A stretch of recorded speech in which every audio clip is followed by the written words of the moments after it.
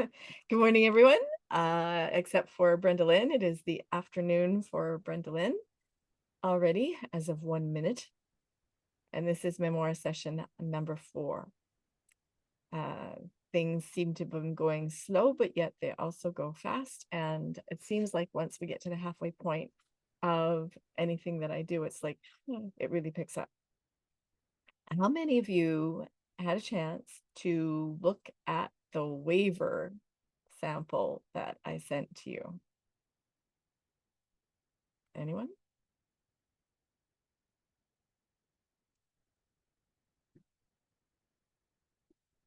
Okay, I'm getting dead air. I wonder if I should try switching to this. See if that works. Barbara, go ahead. Go ahead, Barbara.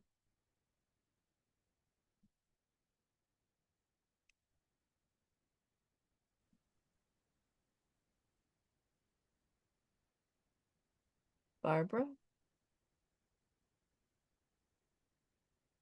Yes, I know my internet is unstable. I'm here. I'm Okay, here. good. Okay, you have your hand raised. Go ahead. Yeah, I had my hand raised. No, but I've seen it. Yes, I read Oh, it. okay. Oh, I see that you've seen it. All right. So what did it make you think of? How did it make you feel? Did it make you think, oh my goodness? Yes, exactly that. I started to like hyperventilate. All right. Anyone else look at the waiver and have some feelings one way or the other?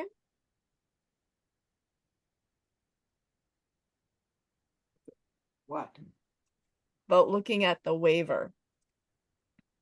It felt a bit insane. Like I was like, holy shit, you gotta be kidding. That's my 2 cents. Yep.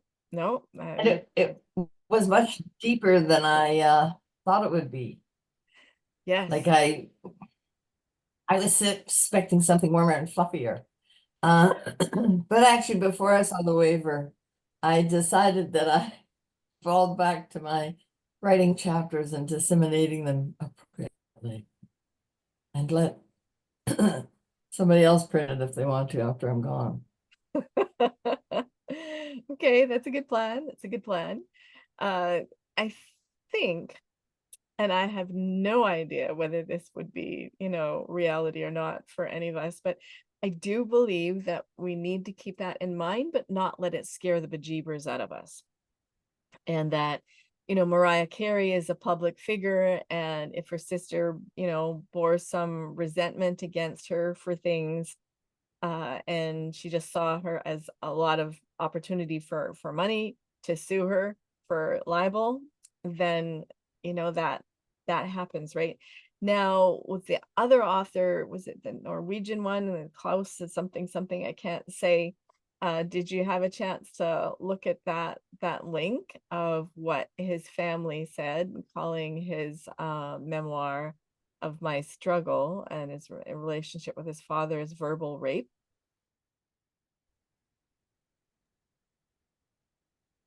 I think I did the wrong thing, and I got the book out of the library, and I was sitting there at 2 a.m. reading it. I didn't realize it gave me the link, and I spent a lot of time looking because I was looking for like the really dashing bad parts about what he said. I mean, I'm not sure he's got me captivated enough to read the whole book, but I'll go back and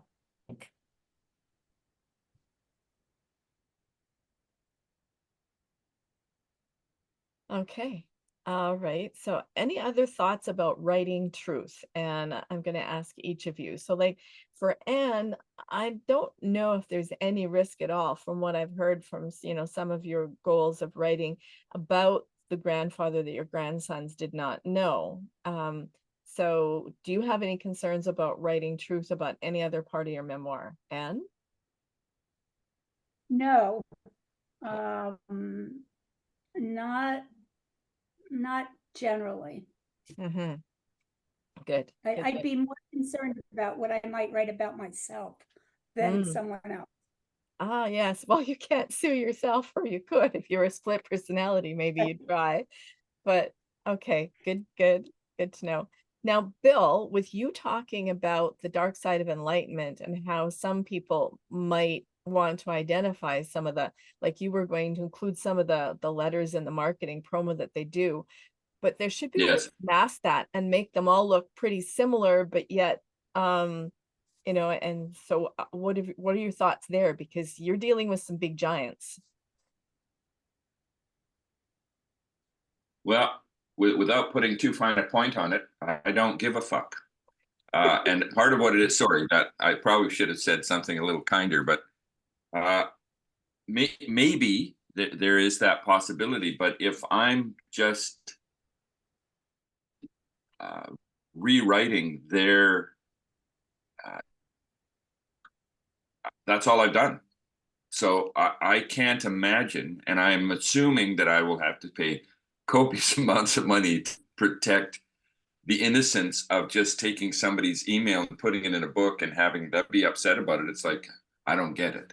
So it did come up. It's like, wow, people are going to be able to identify it. And I do mention that in the beginning of the book, in the opening, where, what have I said? Names have not been changed to protect the innocent or the guilty, and you get the opportunity to figure out who might have written this. The possibility exists that somebody could be upset about it. It's absolutely true. Yeah. Yeah. And if you look at, again, I'm not comparing these directly, but if you look at what's going on in the States with regards to Mr. Kennedy shift his allegiance from the Democrats to the Republicans, he's just speaking the truth, and they're shutting by speaking the truth. Again, no matter how you hold him. So I think that we're going to be in that kind of given that I think the risk is there. I think it's worth taking it. And if I was 30, I might be a little less enthusiastic. I'm 75. I don't care. Bring it on. Bring it on. Yeah, because like what could they say? It's like libel and slander is different. And is it really going to affect their numbers with their marketing because they've got people? Yeah, but we're going to keep those things in mind as we look at the final edit. Yeah. Sure. All right. Yeah, absolutely. If there's a place where it's so evident that I've spoken of Brendan Burchard or spoken of Tony Robb, if it's so evident, it might be that we have to modify it a little bit. But I don't think so, because again, both those, libel and slander, they have to be the context of being dishonest, and this isn't. This is Right. just a curious. Exactly. Now, I was going to look up, I'd forgot because I have it going back and forth in my head. At one point, I was pretty certain that if somebody sues you for libel or slander, the proof is on us as the author to prove that we have not. And I meant to reaffirm that I had that right in my head. So don't hold me to that. But I think that, No, it's true. yeah, No, that's true. Responsibility is on us. Yeah. So if you look, for example, again, I'm not making this as a direct comparison, but what's going on with RFK Jr., he's being sued by the Democratic Party because of things that he's speaking. And so far, it's cost him $10 million. And he's been found innocent. And I mean, they use the word innocent. None of what he's written is a lie. None of it. But it's cost him $10 million to defend or protect his position because of the, I think, failings of our legal system to actually allow those kinds of things to go on. So, yeah, the possibility of me being sued is high. I do. And whatever. I know how to live in a car. I did that when my dad was a preacher. So we know what to do here. I'm not taking it terribly seriously. No, okay, good. All right. Yeah. And Well, Miss Smith, be careful. I think Bill could start a class action suit for all the people who figure they've lost money to these moguls. So I think we could have a countersuit that would win. Yeah. Get So that. just so we're clear, in this class, my pockets are not that deep.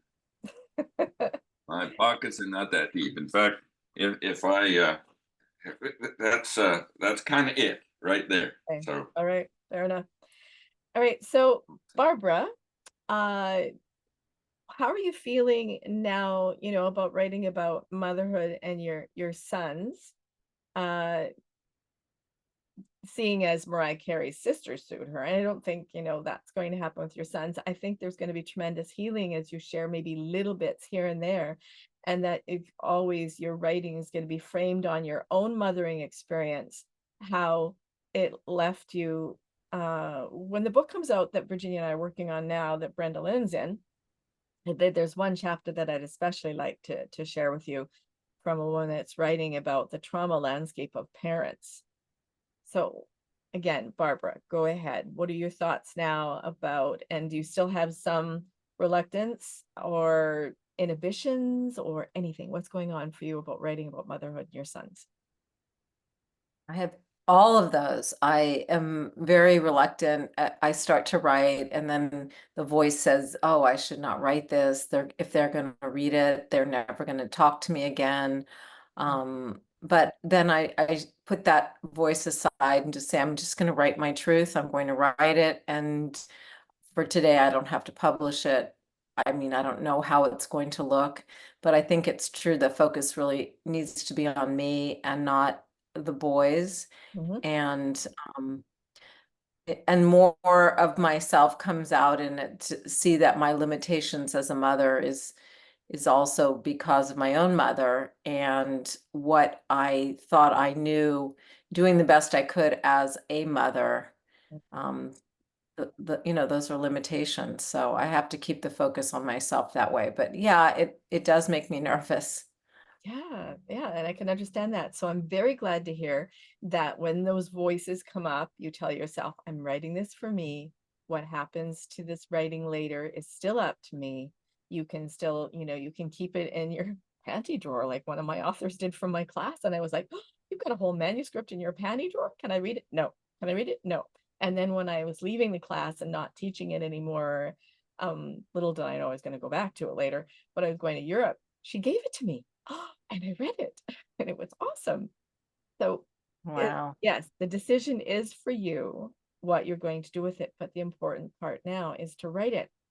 Which one of your sons could you experiment on with one or two of the stories to actually have their feedback? Because from what I recall from one of your pieces, one of your sons is maybe an easier landscape to test the waters at some point. Not yet, not now, and not unless you feel like it is a good moment. But do you have one of your sons that you can maybe test the landscape on at some distant point? I do. Okay. Yeah, I do. I do. Okay. It reminds me, when I wrote my first book, someone said, would you have written it when your mother was alive? And I said, I did write it when my mother was alive, but I didn't publish it until after she died. Yeah. And But I that, mean, I didn't wait. I was writing it, little bits of it while she was still alive. right, Just right. so happened she passed away, and then I published it. And that is the other part of the resource article that I included in the email too, is to write an ethically sound memoir, to write with integrity, is how do we honor people's privacy? How do we honor their truth while we're honoring ours? These are some really good questions. And this is what this session and the next session is going to, like I said, we're going to be solving dilemmas all along, but this discussion today is really important because memoir, by the very nature of the word, is truth. It's our truth as we've lived it and we've seen it. And you said it very well. You need to be the focus, not others. And the more that we can do that, and how the landscape of our lives has affected us, and therefore then it has done things to others in our realm, we are then being accountable for all the things that have made us and shaped us who we are. And then other people will be able to have their own reactions to who they've become because of their interpersonal dynamics with you. And that, I think, is key to the ethics and the integrity of writing memoir. So thank you. And I'm glad you're still writing despite that voice. Just keep that over there. All right. I want to ask Marianne, because I was doing some research on writing other people's memoirs, because that's you with your brother. Could I just comment for Barbara first? Yes. In my memoir, I've got similar issues, and I've broached to some of my children, I'm writing it, and they're going to be in it. And they said, well, of course we're going to be in it. We're your children. But I'm going to be quoting and maybe even making an index that references books that say things like it didn't start with you, like it's a generational thing and it came down. So if someone was to take us to, how can they argue with the experts that we've already quoted in the book and that are validating what we're writing because they've already written about it. So I just think that's a thought that I'm going to try and use. And I see Bill has a thought about the two of us now. Okay, go ahead. Thank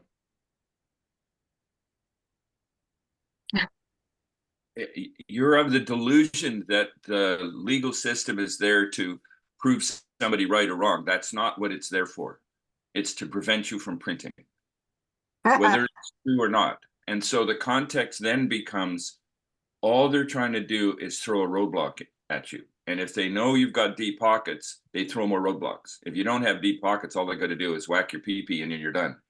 But if you've got Okay, well, pockets, I know this, Bill. However, if people reading my book look at the bibliography and where I'm coming from, just their awareness growing may keep them from doing anything further, especially since they're my children or my siblings. So I'm not too anxious about it, but I'm definitely going to try that angle, not just because of the get sued thing, because I'm not too anxious about that at all. yes, It's more because I want to educate as I go along so that people that have those feelings, if they look at the index, they're going to say, oh, okay. You know, so I love that, and I think there's something sweet about that. Expecting people to be reasonable. That's not been my experience of humanity. So I will fully support you in your delusion because I think it's a very, very healthy delusion. Most people will not do it, but again, I haven't written some of the stuff that I wrestled with my family, but I was because I spoke. I was a speaker around the world, and on a couple of occasions, I spoke about my father and mother being alcoholic and told a story about that. And I had some pretty unhappy aunts and uncles, and they threatened all sorts of things. And all they'd heard was that they'd heard. They weren't even at the place that I was speaking, and there was an unhappiness about it because my father was a preacher, and preachers aren't supposed to be alcoholics. And it's like, well, let's talk about reality. So for me, there was, yeah, bring it on. But it also, I have to admit that, I'm a young guy. I was probably 35 when it first happened. And my heart rate went up pretty fast because I was very concerned. That's not what my intention was. It was to tell stories, and they were true. My folks were alcoholics. And so, yeah, people aren't reasonable. I wish they were. It would make life a hell of a lot easier. But so, but I want to support your concern that in doing what you're going to do and showing those references, it will soften some of those who are closer to reasonable than others. That's true. I believe it might, but I think we need to write regardless. Oh, I totally believe that. And I already checked one of my memories with my older sister and my brother. And my brother says, oh, holy shit. And I said, what's the holy shit about? This, or this? And he said, your memory. So I had it all. Awesome. I had it all wrong. So I got to scratch this beautiful little story chapter that I did because it's not accurate in case they read it. I have no intention of telling them I'm writing a memoir because I know they already think about saying my father abused me. Yeah. So I have no intention of mentioning it. Yeah. And then there were two brothers that were abusive, and I won't be putting them in it, but because they still have children, and I'm not going to go there because they still have children and mothers who are alive. So well, and the thing is, I can be totally pissed off at Rusty because think in any way, shape, or form that was a memoir kind of book. It's like, no.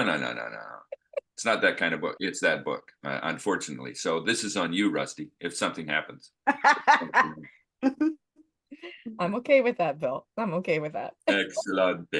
All right. So I see Dorothy's raised her hand. We'll come back to you, Marianne, and your brother in a moment here. Dorothy, go ahead. Okay, Barbara, I would just like to encourage yourself to be kind and about how you were as a mother, because I know when Dawn got, my daughter has stage 4 cancer. Before it was stage 4, it was just a really big 6-hour operation, and 6 months of home care. But I thought, oh my God, she's going to remember every little thing I did. And I said, one day, I said, I see all the things that people do to their children, all the things that I didn't get to take you to and do with you. And she said, no, you just sent us out to play like other people do. And we rode our bikes. We went here and there. We got away with it because Tammy's mother thought I was with you, and you thought I was with her or at her place. So I think that some of the things that you're judging yourself very harshly for, they're not necessarily feeling the same way. And especially as they mature and they realize that their wives are doing the same thing, or even that they are feeling sometimes the same way. So yeah, I echo that. I do echo that. Yeah, so Thank you so much. I'm so glad that we are all contributing here. So Marianne, with writing your brother's memoir, and with there being legal implications with that because it's a law of law enforcement, how are you feeling about writing some of those truths? And I think because law enforcement is huge and people like reading law and legal stuff or whatever, there's ways that you can, if you looked at one of the disclaimers that one of my authors wrote that offered in the resource here, is that you can smoosh, some crimes together and some crime bosses together and some of this together and some of that together. How are you feeling about inventing some of the truth, is what I call that, of course, inventing the truth, where you do composite characters and composite situations? And how's it going talking to your brother? Is he, telling you stories? I like the idea about inventing composite characters and situations. And I may have mentioned, I have a former client. She and her husband are both screenwriters. The husband's also a professor at ASU. And she has been on me for years to write. And when I've talked to her about memoir, she says, why not fictionalize it? Yeah. And I know we've talked about this briefly too. So that is an idea that swirls in my mind a bit. But as some of you have seen from the WhatsApp chat, while I was in New York, in the throes of drama and chaos, with all caused by the brothers, when they're together, everyone, I don't know about everyone, but a lot of us are just walking on eggshells, waiting for the shoe to drop. Who's going to hurl a barbed insult or, obnoxious comment at the other? When they're apart and you're with one or the other, they're both talking smack about each other, and they're just ridiculous. I mean, these men are 76 years old and they are like children. Bill, thank you for being a 75-year-old adult man. Despite your off-color humor and constantly cracking us up, I can tell that you are a serious person too in your real life. They're just ridiculous. Vietnam vet says to cop, I saved your life. What? What are you talking about? You wouldn't have lasted a month in Vietnam. Silence. Changes the subject, or doesn't have his hearing aids in. How's it going talking to him? Essentially, it's not, unfortunately. He's kind of checked out. Between his extreme ADD and his cognitive decline, he's so scattered, I'm really going to have to pin him down. And that's why it might be a better idea to just invent some stuff. I actually tried it. And I think I told you this in session 2, that I tried it and it was hollow. It didn't ring authentic for me because it's not my story. I don't know the story. But if I can just get some snippets from him, some little facts, like I scribbled a bunch of notes because he's always telling stories. And some family members are like, oh my God, Uncle Joe, not that story again. Not the story about the guy who looked like he was 9 months pregnant and it turned out he had 6 purses under his coat because he just, snatched 6 women's purses. Not the one about the guy who forgot to reverse the handcuffs and the prisoner. So I know some stories and I can get more stories. But the bigger issue for me right now is, in briefly talking to Joe, ex-cop, he said, well, where do I start? I said, start anywhere. Start at the end, start now, start when you were 10 years old playing baseball. It doesn't matter. It'll all get moved around and put together in a way that makes sense and tells a flowing story, regardless of the order, chronological or not. And he said, well, I guess it should start with me and Mike getting drafted. And that may have been where my fighting in the womb comment came from, because I'm like, no, it starts way before that. But that comment got me thinking. It starts with me and Mike getting drafted. And I'm like, this isn't just his story. This is their story. It's a Right. story about both of them. And of course, my brother was affected greatly by spending a year and a half in Vietnam, out in the jungle, nowhere to sleep, what to eat, where do you go to the bathroom, getting shot at, having friends die in his arms. I mean, he's got incredible stories. His book might be much more interesting. Yeah. And And how would I weave that together? he's And would I more the tell them? talker. Yeah, well, He is more the talker. He's more of a thinker and a talker. And here's where my liability, not liability, but here's where it gets interesting for me is Cop will probably freak out and do handstands and say, what? I paid for that course. This book is my book. You're writing my book, not his. Because there's this jealousy and this rivalry. So maybe I don't tell them. Maybe I talk to them both. I get their stories. I get info. I go with what I can separately and together using all my colored index cards. And then I see where it takes me. yeah. I like that. I like that a lot. Don't tell them that you're writing both stories, because you might end up having two books, or you might end up being to put the book together and saying, they started fighting in the womb, or and have that, or that could definitely be a chapter title. It really could be a chapter title if it doesn't Yeah. end up being part of the book title. But yeah, I've shared that with, I'm sorry to interrupt you. I've shared that with a few other people, and they had a similar reaction to you, where you said you had shivers of intuition. Yeah. The 3 people that I shared it with said, I will buy that book. Write that book. I will buy it. All right. Hey, everyone. And 2 of them are hear that? 2 of them are writers. So Yeah, that was it's encouraging. never too early to start marketing and say, oh, you're going to buy that book. I'm going to put you down on my pre-order list, and start building your list, right? The other thing, the other idea that I had while you were talking there about both of them is that, oh, let me see, the thought just kind of escaped me now.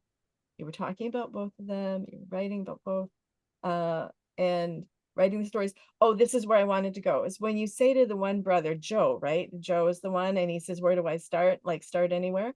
That can be, especially I think to an ADD brain, can be really overwhelming and just cause a blank slate. So you've got some of the stories. You say, tell me this. Try to focus. Tell me this story. Focus him and tell me this story. Yeah. Be direct, because when you're interviewing people to write their memoir, your interview skills, and you've been a professional writer and a journalist, your interview skills are going to be your best friend. So treat it like you're interviewing for a story, and get the who, what, when, where, why, and how, get all of those things. And then if you're not getting any of the feelings that go along with the story, then you're going to want to probe to get that comment. When you're interviewing somebody and all of a sudden, you've got to pull a quote, you've got to pull out quote, you want to aim for, and after, and when each session you've got that, you say, okay, I've got enough for now. And do it in little bursts. That feel like one last thing I just want to add. If my memoir, which is basically my childhood memories of growing up in a house of 14 people with my grandparents and my aunt and the extra grandpa, I don't have any of those waiver liability concerns, because pretty much everyone's dead except my siblings. Well, one has passed, but also there's really nothing bad to write about. It's all just pretty happy slice of life, like Under the Tuscan Sun or A Year in Provence. Yeah. It's just a lot of charming, fun details of a slice of life of a 1970s, 80s childhood in Long Island, New York, near the beach. Mm-hmm. Yeah. I don't know. Maybe that's boring. No, again, like the example I told of my niece telling a story about 4 of the people that needed, like, we had the airplane tickets, but 4 people didn't have passports. The way she tells the story can make things memorable. And we were all laughing while while we were all there, my English niece is like, "Hey, you didn't tell me any of this?" Well, that's why, because we didn't tell you any of this, because we knew you'd be panicking on the other end of the ocean, right? Yeah. So you can do the normal, and how many books have I read that have been just normal slice of life, and they've been riveting. They've held me. They've made me turn the pages. There are some Yeah. fiction books that can do that too. I mean, Michael Singer's The Surrender Experiment. It's really a lot about how he's led his life and let things dictate his next steps. And usually with those kind of books that I'm reading for edification and knowledge and learning, I make myself read 10 pages in the morning so that I keep up my nonfiction reading. But I wanted to keep on reading, and I wanted to keep on reading, and I didn't want to stop after the 10 pages that I would do that. I read my nonfiction in the morning, and I allow my fiction, and memoir and fun reading or whatever at nighttime. So you can do it.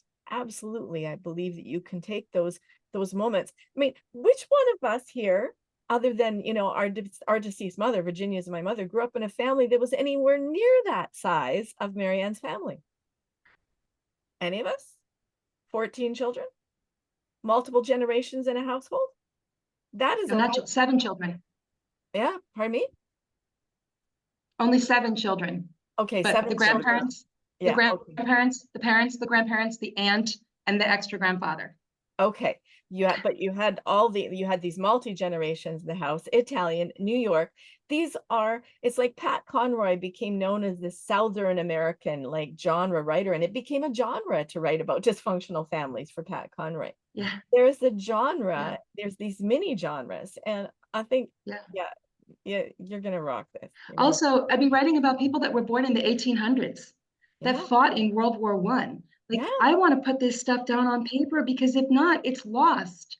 yes, My siblings don't even know the stories I know because they didn't spend time with them like I did. yeah. Yeah, you have a special bond with older people and with older animals, like you said, and you have this mission and this purpose. So stick with it, keep going, and Thank you. do little bits at a Thank time you. so you don't overwhelm yourself or your brother, and talk to the Vietnam brother too. Let them talk smack about each other to each other, because maybe you'll publish that book about their talking smack to each other after they're both, not here anymore. Yeah. All right. Thank you, Marianne. Thank you so much. You're welcome. No, in trying to get information out of people that have got ADD or ADHD or whatever the latest labels are, because of the way their brains work, linear isn't part of what they do. Yeah. And so if you will be responsible for putting it, if you're going to do it linearly, you'll be responsible for that. If you let them do what Rusty's talking about, just tell the story and then stop. Because again, the attention stuff is challenging. Trying to identify exactly where that was in their life for time, again, this is for ADD kids for sure. Have them look at their shoes. It's a fabulous NLP technique, neurolinguistics technique, is have them look at their shoes when they're telling the story, and they can tell you what the shoes are, and you can figure out roughly when that would have happened in their life. Wow. And when you do that, it actually starts to make the I'll make up a word, linearization, really easy, because the shoes help to dictate it. And even just from fashion, but from them, like if a kid's wearing white boots, you know that he's less than 5 years of age. You know it just by the nature of how mom would have dressed him. So those kinds of things can really help both you and them when they tell those stories, and they will be not in order because they don't know how to do that. That's not interesting. Oh, I don't need it to be linear. I'm not linear. I'm totally neurospicy. I can relate. perfect. But that's a great tip. Thank you. All right. Thank you, Bill. Okay, Barbara, before I forget, I want to come back to you just for a minute and mention the book by Nancy Mayers, Plain Text. I think I talked about it somewhere in an email or whatever, but she did her dissertation, and there's a letter to Matthew in her book. I might even have a photocopy of it in my file drawer. But it's a beautiful book, and I think you might enjoy it for the way that she writes to her children and it's her dissertation. So anyway, I wanted to bring that back, and especially find Nancy Maris, plain text, and read Letter to Matthew. Okay, thank you. You're welcome. Awesome. Okay, so back now, let's go to Kate. Is there anybody that you are at risk with writing your story? If you looked at the waiver letter, the sample letter. Yeah, I gave it a quick look. It would be my dad.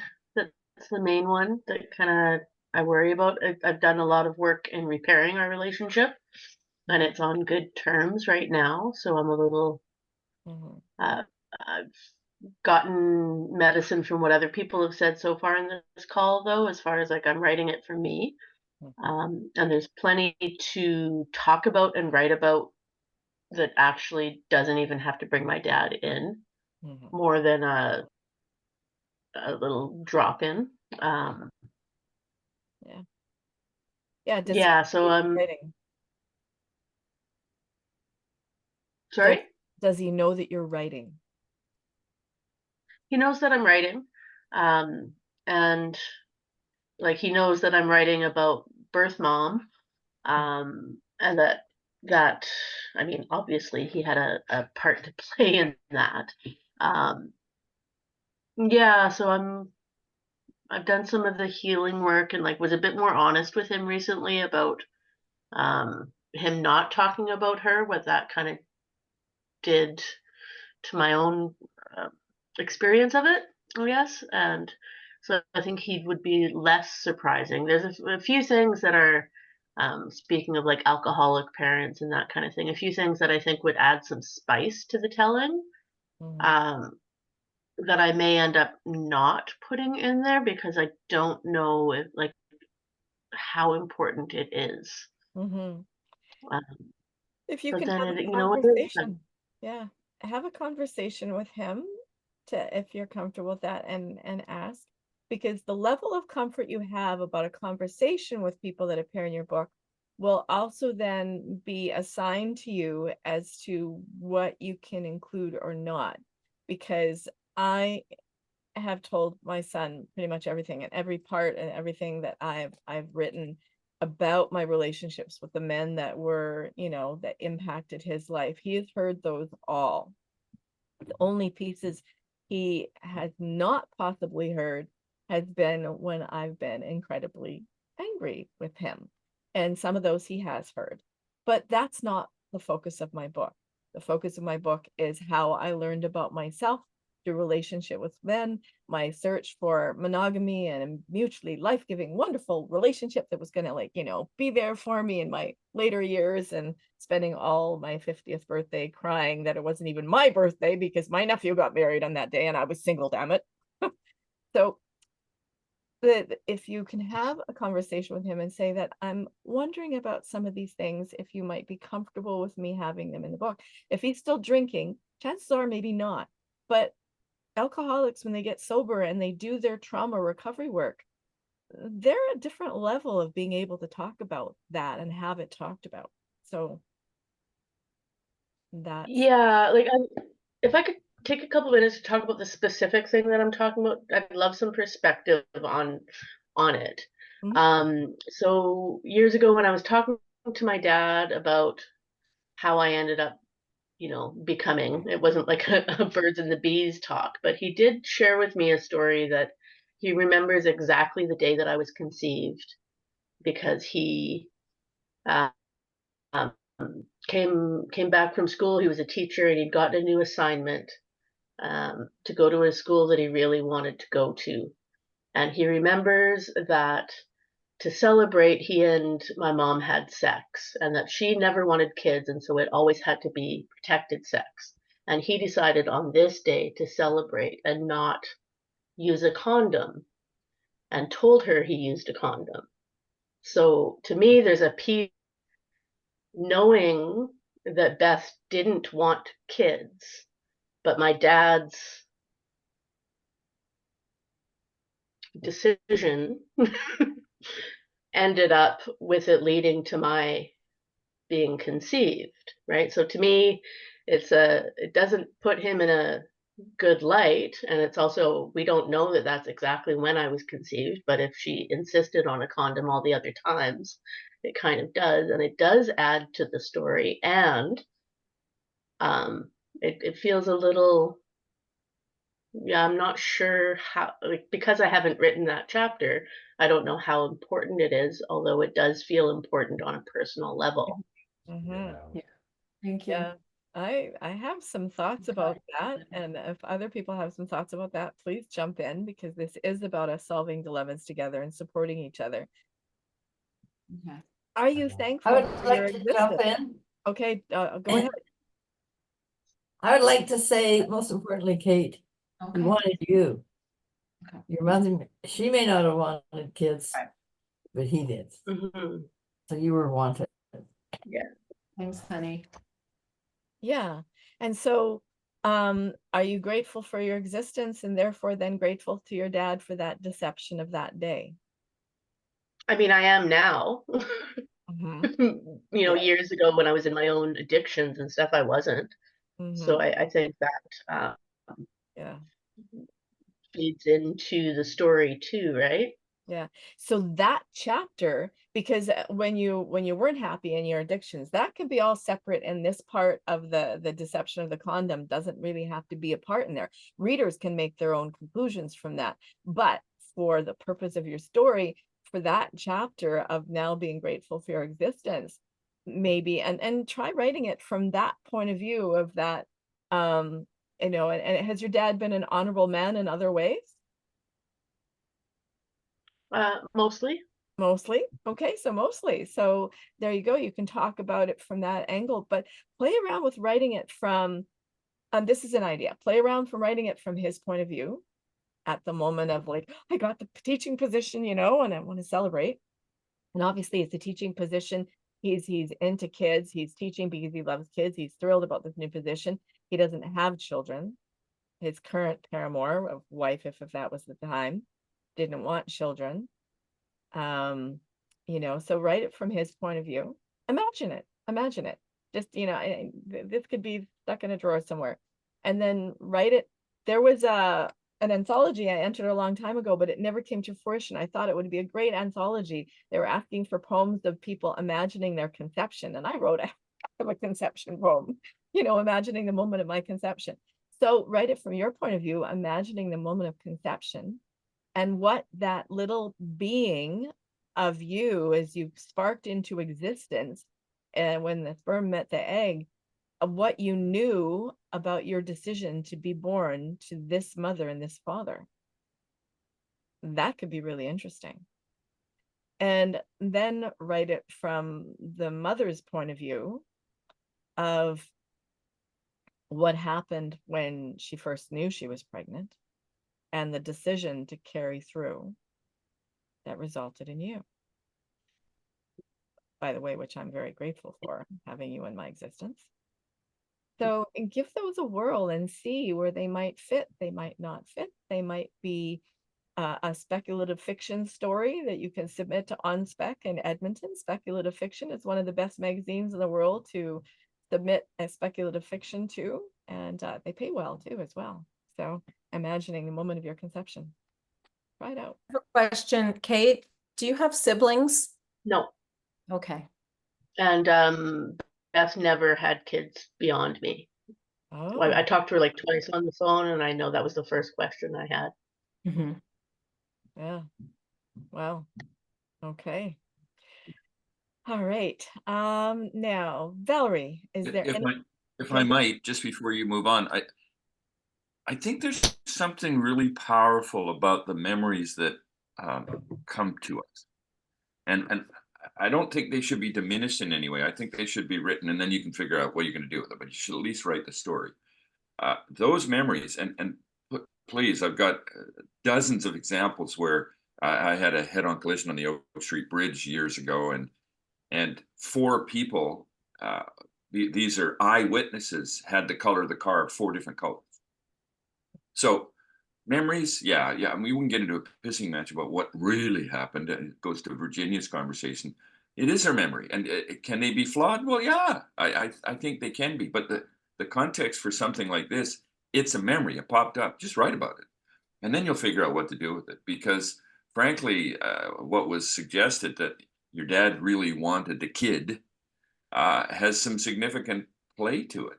That's kind of interesting. And we are magic and we are miracles, because if you look at 750,000 sperm trying to get to one egg and the egg can reject, I mean, they got the whole backstory that I think those memories are really key, even if they're flawed.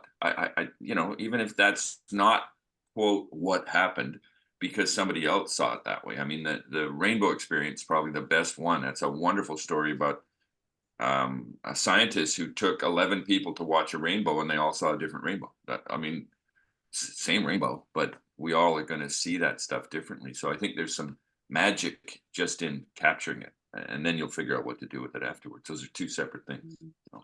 Thank you. I support what Bill is saying on account of what I'd say to my clients when they're trying to get traumatic memories sorted out. And I said, you're not taking it to court. You don't need it to be accurate. This is for your own healing. So it doesn't have to be 100% accurate. It's the way it felt and went for you. And that's what's important. So forget the rest. Like, you're not going to court. You're not trying to prove somebody and send them to prison. That's when you need to be accurate. But for your own healing and memoir, I'm tempted to leave the story in the way I've got it, and when the organ comes home before Rusty's born instead of 6 years later, like, you know. Yeah, I know.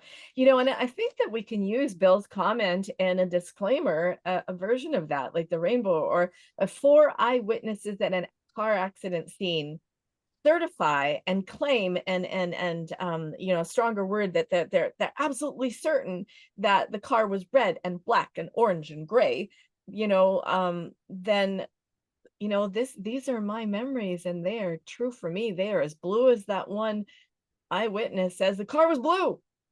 You know, the car was blue. They are as certain for me, and they're going to be different colors for other people that have intersected with my life. So anyway, thank you for that example of the 4 eyewitnesses in 4 different colors of the car. All right. So Valerie, Thanks, you're everyone. writing about hunger. You're welcome, Kate. Thank you for sharing. I love that story, by the way. Valerie, with you writing about hunger. I'm here. I'm just throwing a quick comment in the thing. Okay. Okay. You throw your comment in the thing, the chat. Okay. Okay. I'm going to formulate my That's all I question. wanted. Yeah. Okay, that's it. Okay, good. So with you writing about hunger and family, and you had 2 siblings, right? And your mother and father are no longer alive, correct? Right. Okay. Mhm. So is there any risk to you about writing about the experience of childhood? Do you talk openly about these with your sister? And is there anything in your story that impacts your son and daughter? Well, I told my son and daughter that they are in it, but they were underage, so I'm putting all underage information. So they're still under my care, so I'm using it, and it's all good. Yeah. Everybody's fine with that. Okay. At least mentally, they can't. They have a. I'll squish anything they have to say because they were underage. Okay, so that's your point of view with that one. All right. Yeah. Okay, good stuff. Okay, I so do have a comment. I do have a comment on what we were talking about with Marianne mhm. About amalgamating stories to make them unique and invisible or Masked. not identifiable. Mhm. And in my memoir, I'm comparing some of my life events to that of Scarlett in Gone with the Wind. And Margaret, who wrote Gone with the Wind, this is just an amalgamation of the stories she was told as a girl about the war, the Civil War, how they rebuilt, you know, all the war-torn parts of the world, U.S., and how they all lived through it. And the thing is her book and movie is known worldwide. And it was an amalgamation of all those stories, because Scarlett, I can totally identify with her. And in essence, she's not a real person. She was an amalgamation of different people. So the fact that I can totally identify with her tells me that made up people can be very authentic. Yeah. So I just wanted to throw that in about made up people. Can be very, you can attach to their personality. Thank you for that viewpoint. That's valid and valuable. Okay, come to Brenda Lynn here. Brenda Lynn, now, especially when your story has some parallels to the Norwegian author, where when he was writing about his father's alcoholism, are there any, like your half brother, that you are no longer an only child? How does your half brother feel about you writing a book? Have you mentioned it to him? What are his experiences with your biological father? He didn't have any experiences with our father because our father had passed before he had found us. Oh. So well, before he found me, but our dad died in 2006. So they never did get to meet, unfortunately. So he doesn't have that. The only thing he has is the stories that he's been told by other people as well. I read him my chapter over the phone he lives in Saskatchewan. And my biggest concern was naming him, right? His name was Billy McTavish, and that's big in the forefront of the story. That's the inciting incident, right?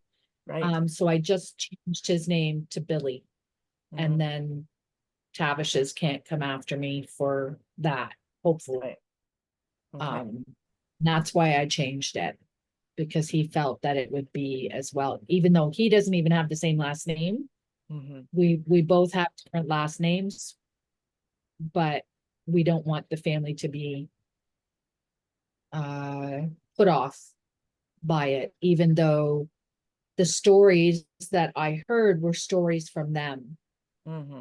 His own family were the ones that told me, this is what happened and this is why you shouldn't see him, that kind of thing, from years and years ago. So they know what the truth is, and I just changed the name. That's all.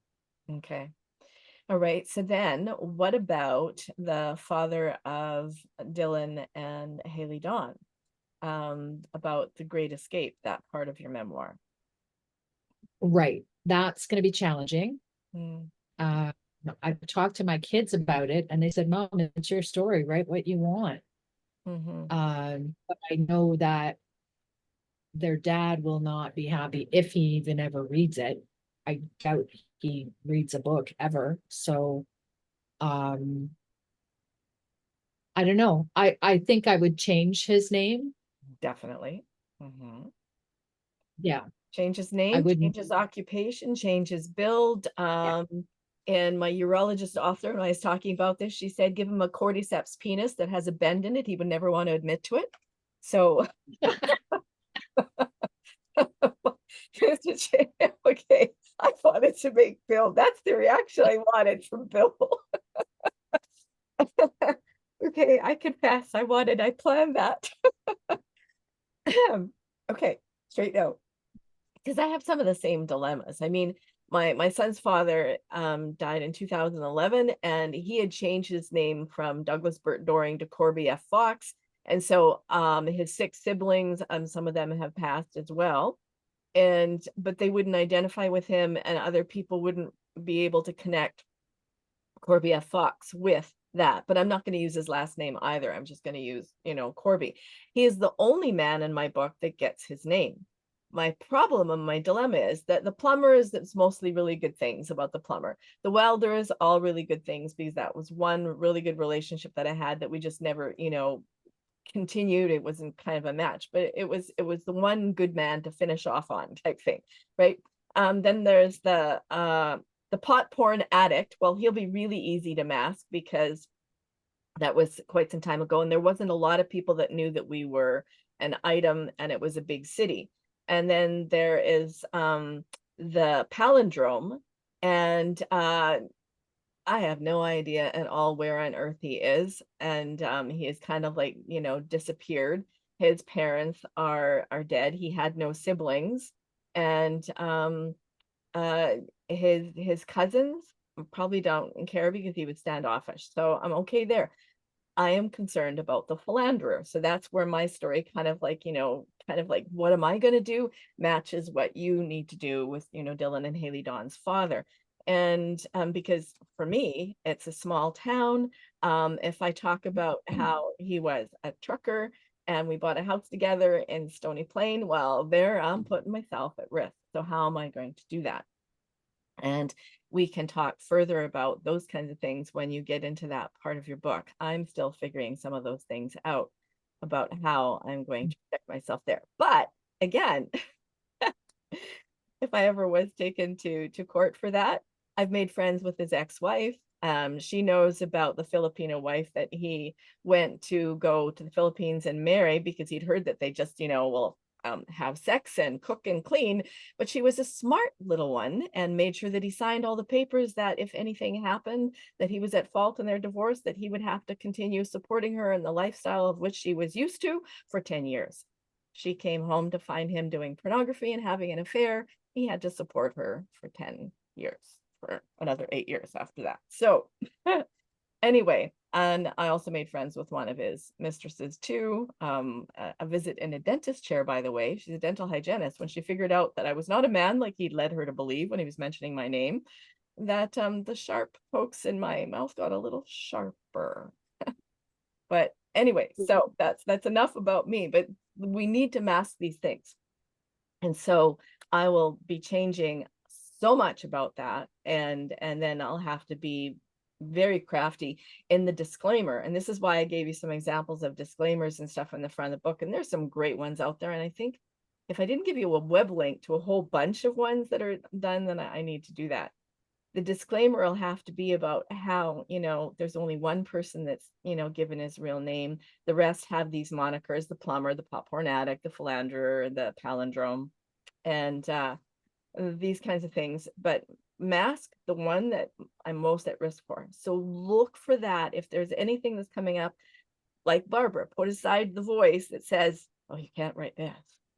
They're not going to speak to you again, or they're going to be mad or whatever. Put aside those voices. We decide how we're going to mask those events, those people, those circumstances, those events later on. Right now, the writing. And this is what I really wanted to focus on, was solving dilemmas as they come up, putting those voices aside. Now, Virginia, we haven't, like you kind of talked earlier, but it's still your turn to go ahead with what are you going to do here? So you're muted. So I just want to say about this masking thing. First of all, write it exactly how it feels and how it wants to come out. Don't bother trying to change it. And then once you've got that down, you can read it as yourself, read it as the person that you're worried about, and then read it as an unbiased bystander, and then go back and out of all the learnings you just got, it'll shift a little. And then it may shift, and then you can see other ways to write it, or maybe to say make the same points without really being as exact as you were in the first writing. And maybe it can even be excluded and alluded to. Like, you never know where it's going to go, but just writing it and spilling it is the way to start. And then you can figure it out after that. That's a process I teach people in my coaching, so it works here too. Yeah, I really love that. Thank you for that reminder, Virginia. Write it and then read it as if you are the person that you're writing about, and that will tell you a lot. No, first read it yourself, then read it as the person that you're talking about, then a bystander who cares less about anything because they are a bystander, they're unbiased, and then read it again as yourself, and you're going to find that there's going to be shifts in how you want to say it, and that's great. You know, it's a process. Yeah. And just trust the process, get it out of you the way it wants to come out. So yeah, I have some concerns in my memoir, but not too many because I'm planning to write it from the perspective of like several parts. I'm maybe going to write a little bit about the original event, not in detail. And then I'm going to write about the healing pieces that took place, that led to the healing of that particular event. So I'm thinking in that style of writing, there isn't going to be a whole lot for people to take exception to. And there are people I'm going to leave out of my book because I don't feel they're necessary to put in because my theme covers enough and has enough material to, uh, follow my story right through, the thread of my story. So there are some people that I'll be excluding because they have family, like my cousins. I mean, my niece and nephew and my sister-in-law. So I won't be mentioning that maybe. So I'll see how that goes when the time comes. I'm going to write it the way, like I just said, I'll write it the way I write it, mentioning everyone, and then I'll go back through and see where it's going to go after that. Mm-hmm. And of Okay. course, my father is dead for a long time. He died in 1967, my mother in 2005. And she actually gave me a piece just before she died. She told me she'd caught my father beside my bed. And she had denied and denied and denied all those years. And so I get to tell that part in there because she gave that to me just a mere 4 months before she died. So, um, I've got things like that that substantiate, and I'm not about to tell my brothers I'm writing a memoir. They're going to have to find out on their own. Even though they're in there in bits and pieces, but not big. Because I lived my entire early life through my children. And as those pieces came back to me through the events with them, so the main characters in my book are me, and my children in relationship to my traumas. So the way I'm writing it, I'm not overly concerned. Of course, once I've written it, I'll be able to evaluate that more specifically, and then I'll make decisions based on that. But I'm just going to write until the time comes that it makes sense to look at that aspect of things, and then I will. Exactly. Thank you for that. And also thank you for mentioning something else there, Virginia. That's one of the errors to avoid. Apologies to Salman Rushdie. I actually like his idea that, there's no rules. Really, there's no rules. There's maybe only one: to be vivid and compelling and interesting. But the one about what you referred to, Virginia, is about we're not here trying to put it all in. That's an autobiography. That's for famous people that are already known. A memoir, we're sticking to our themes, the inciting incidents that we want to put in every chapter, every segment, but our overall arching theme. And for you, the overall arching theme, a lot of it is that it didn't start with you. And, and you're looking at the past, you're digging through things in your life that connect to other things that happened before. So awesome. So I wanted to, I do have a quote ready in the chat to go for our writing today, but I also wanted to see what people think, if anyone's game to, because the quote is about the truth, but also what you might want to do in our writing section when we get to that, entertain this in the back of your head, is whether or not you want to write about a place or a person that appears in your memoir without an adjective, as Salman Rushdie suggests, because it'll force you to tell a story. And I loved that. I just listened to that about 3 nights ago, and I thought, oh, I gotta put this, I gotta change my memoir thing and whatever. I thought it was brilliant. And I confess, I usually don't ask people to try something that I haven't tried yet. I haven't tried it yet. So I will try it today when we're all silent and writing. But I think it's going to be an enlightening experience to write without an adjective. And Bill, go ahead. You can use some adverbs. You can use adverbs. Well, I just realized that I would have nothing to write about if I didn't have any adjectives. So now that's not No, I'm kidding.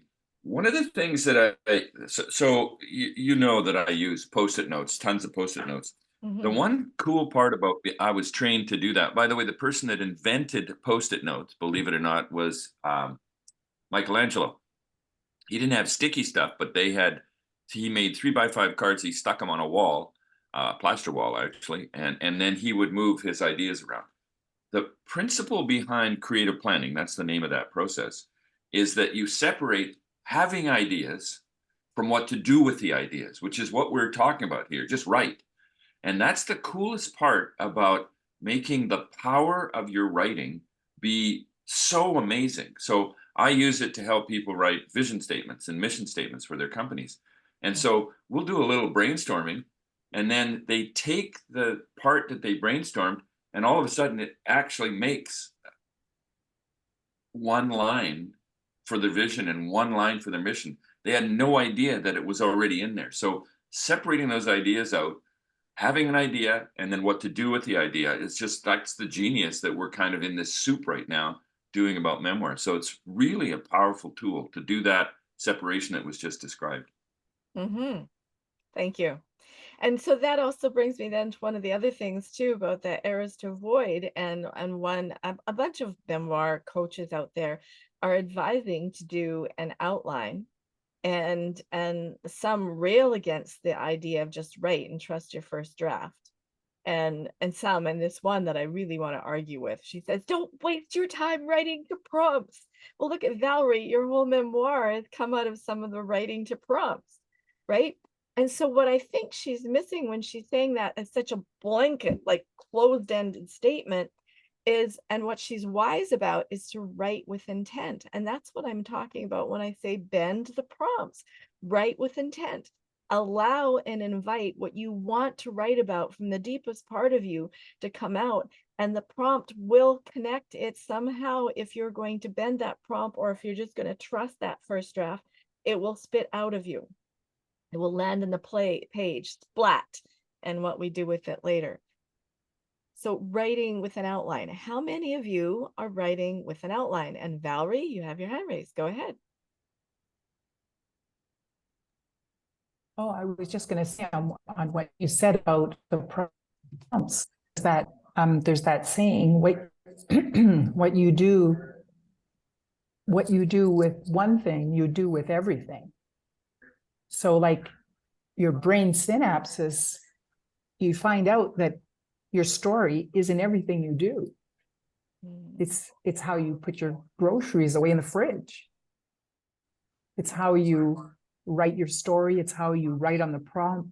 All of these things, it's really the very same thing, and you get to see it comes to the surface. It just bubbles out to the surface. Yeah. Thank you. All right. You know, we've been sitting for an hour and a bit. So stretch, everyone. Take a 30-second stretch. Stretch. And roll your head back. Let out a yawn if it comes. Stretch to the sides. Look to the left. Look to the right. Up. Down. And then this is a really great exercise. Have your arms at right angles and switch your hands back and forth. We'll keep the rest of your arms pretty stable, just moving your forearms. It's really good for the wrists. Yeah, stand if you want to, like Bill is. Just do a little quick move. You want it? Sitting. It's good. Get the movement going there. All right, so let's talk about outlines. Talking to Virginia, we'll just mute her. Okay, so outlines. How many people are just I'll continue on the outline. good? Go for it, Valerie. Okay, because when I first started, then I had all these stories, and I took cards like everybody talks about, pieces of paper, and wrote my thoughts on each of the headings, and then reshuffled them, and that was like to make an outline with just pieces of paper. Yeah, that works. You know, they're doing the round, and as you've discovered in Scrivener, it is so easy to move chapters around. You move it up and over a little bit and stick it where you want it. It's so easy to move the stories around. And so when we get past the index card point or the post-it points, and we have things in, a software program, I find it very difficult to move things around in Pages or Word or Google Docs or Zoho. Scrivener is actually master for that. And oh, by the way, everyone, my excitement was premature about, Scrivener doing auto-generating a synopsis for each chapter. No, what they're calling a synopsis is the first 3 or 4 sentences of the chapter, and that's not a synopsis. That's like how you start your chapter. So who else has found their own way into an outline, has resisted an outline, or is using an outline? Okay, Barbara, then Dorothy. I want to use an outline. I think it will be helpful. Have I used one? No, I didn't use it for my first book. I just sat down and I trusted the process. I actually had to teach writing outlines as part of my writing instruction. And even as a young person, I would write the outline only because I knew it was required after I wrote the paper. So here I am teaching students to write outlines that my mind just doesn't work that way. Having said that, I would like it to work that way. I can't even write lists for the market. So there's that. Okay, well, I must be an outline person, even though I haven't done it either, because I can write lists. I can write lists of immediate, non-immediate, urgent, non-urgent. I can separate my lists and put them in all 4 quadrants or whatever.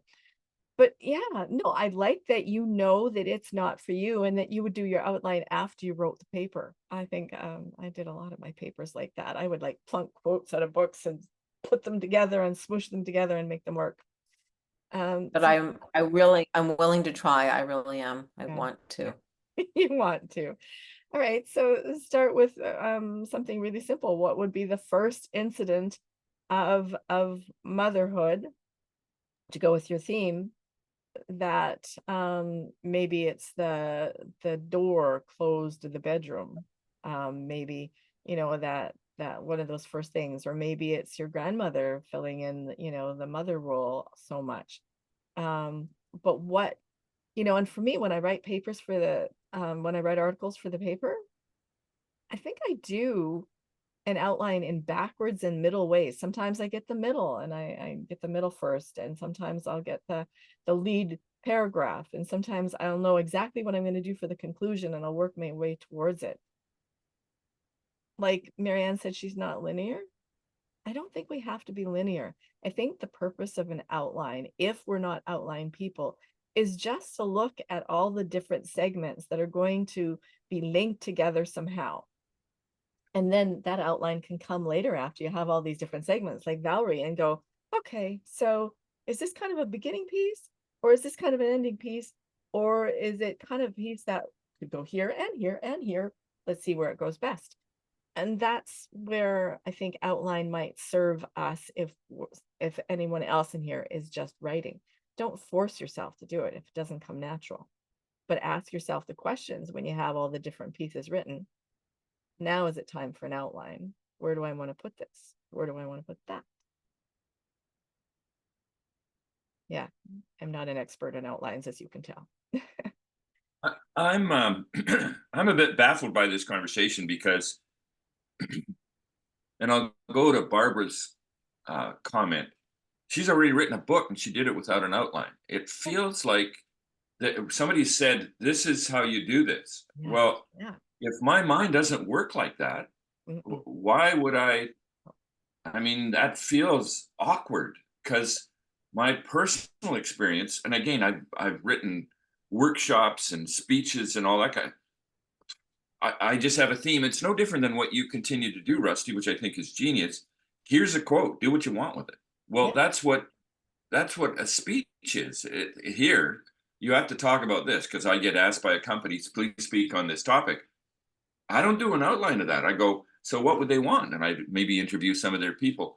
There's a context of an outline. That's great if you're an outline person. But if you're not an outline person, and now you think that you sort of need to do that, I think it'll completely screw with your brain. Because if your brain's like an ADD brain, which is all over the map, And then when you're finished, you can look at it all and go, oh, well, wow, that kind of goes in order. Here it is. And Yeah. your outline now comes out.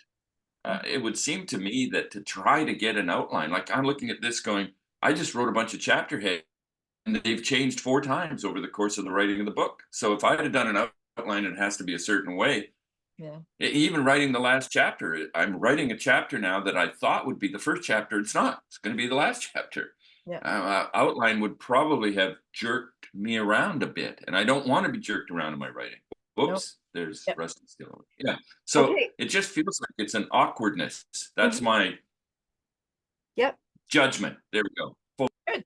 I love it. I love it. I love it. Because this is where I totally agree with Sam and Rushdie. And what I also say to you all the time too, when I give you a comment or a feedback on a piece of writing, you can take what I say and use it, or you can throw it out.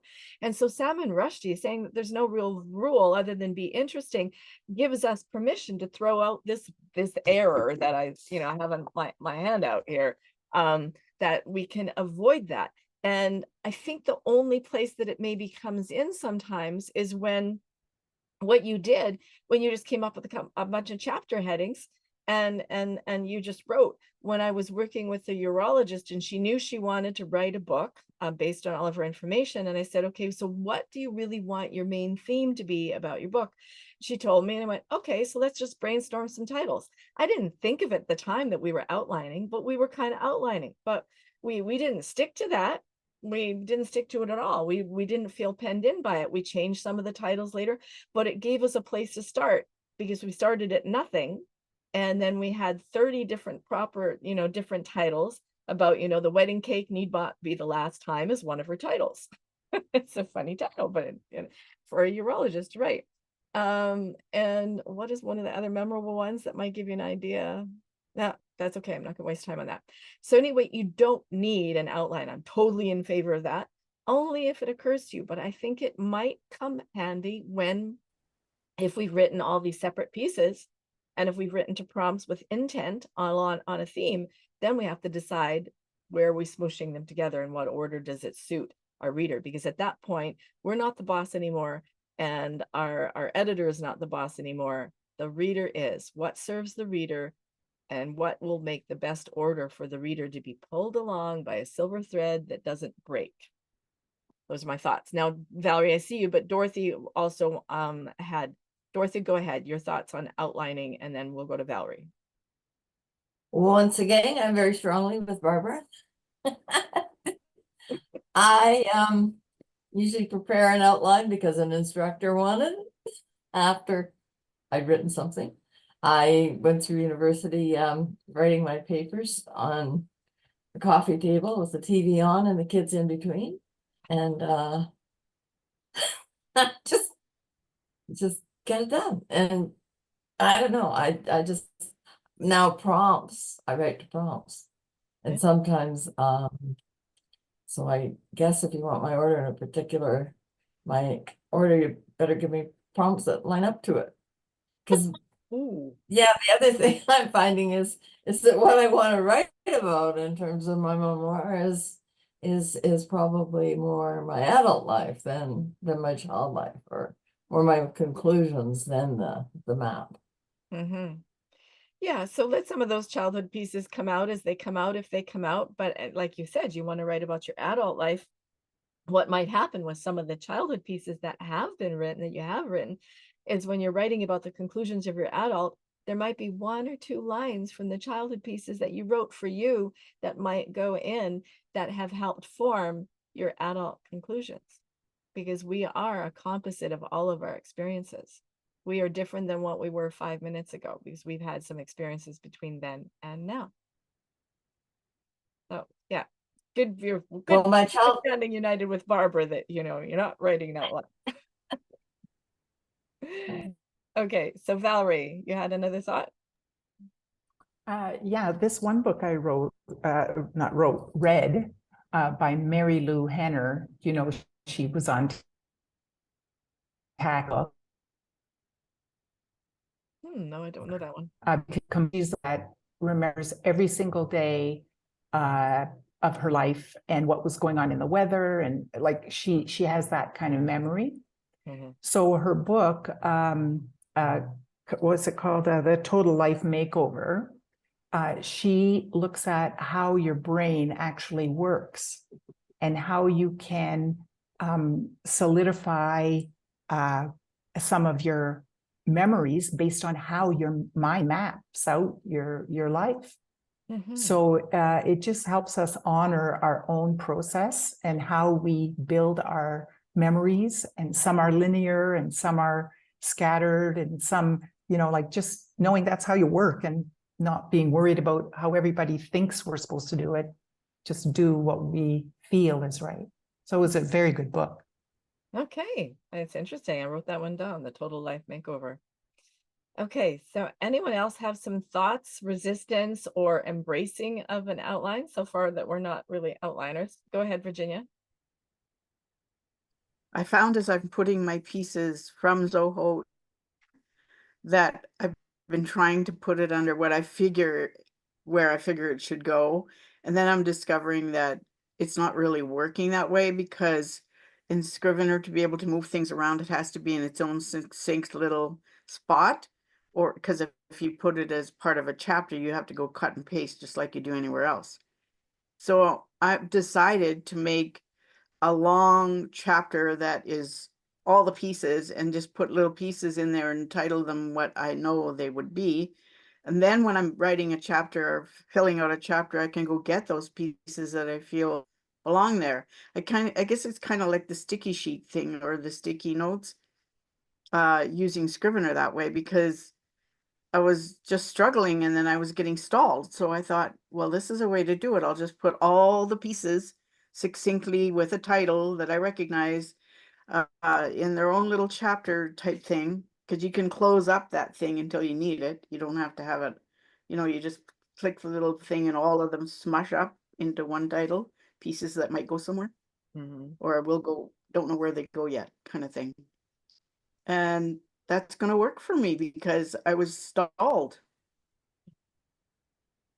Okay, well, if you're not stalled, I'm a pretty happy camper. If you're working and getting it done, that's awesome.